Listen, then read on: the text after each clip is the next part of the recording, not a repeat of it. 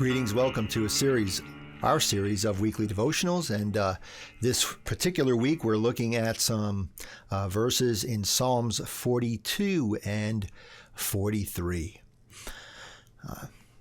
I was thinking about a particular scene in a movie that I watched several years ago. The movie was called A Beautiful Mind, and it starred Russell Crowe as a brilliant genius mathematician, who unfortunately also suffered from schizophrenia and had hallucinations. And he would often, it was based on a true story. I forget the gentleman's name right now, but it was based on a true story. And in one of the scenes in the movie, the character that Russell Crowe was playing, he would often hallucinate about this particular.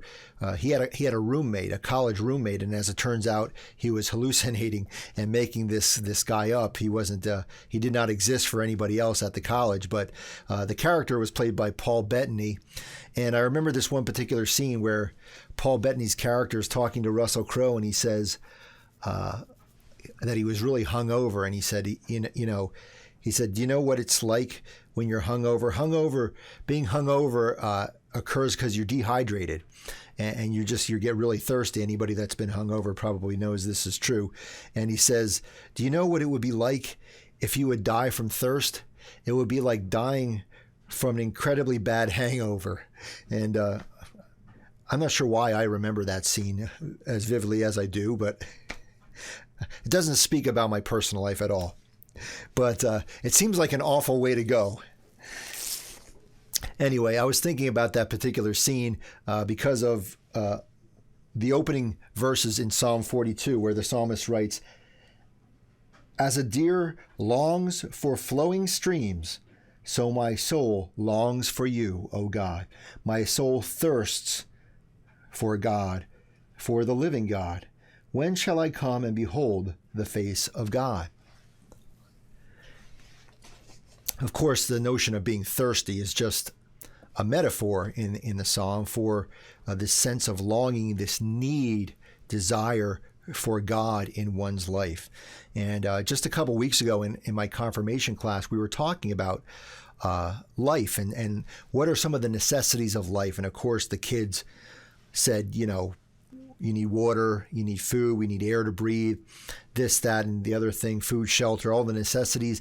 And then we kind of went further and said, what are some of the things you really can't live without? If you were on a desert island, what couldn't you live without? And so most of the kids said, my phone, or technology, or games, or some of them said, my pet, or a particular book. If some kid actually liked to read. But what are some of the things we just can't live without? And then, of course, we segued that into talking about God and how, how many of us as Christians really have that same kind of desire, longing, need for God? Or do we want God in our life only when it's sort of convenient for us, or when we really need, when we're in need, when things aren't going well? What priority do we place on God's presence in our life?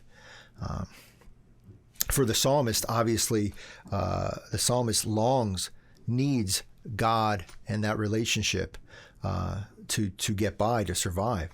I remember reading about the philosopher Blaise Pascal, among many other writers who've written similar things, wrote many years ago about what he called a God-shaped hole, that there's a hole in each of us, and we often try to fill it with different things, material things, but it's a hole that only God can fill, that there's a longing in each of us that only God can satisfy. And so perhaps today our thoughtful reflection might be to think about what place of importance does our relationship with God take in our lives? Do we truly thirst, long, desire for God, or is God somewhere way down the list?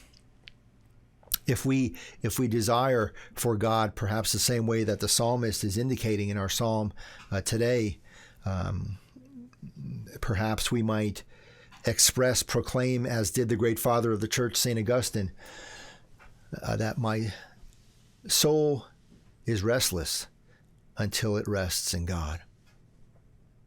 Amen.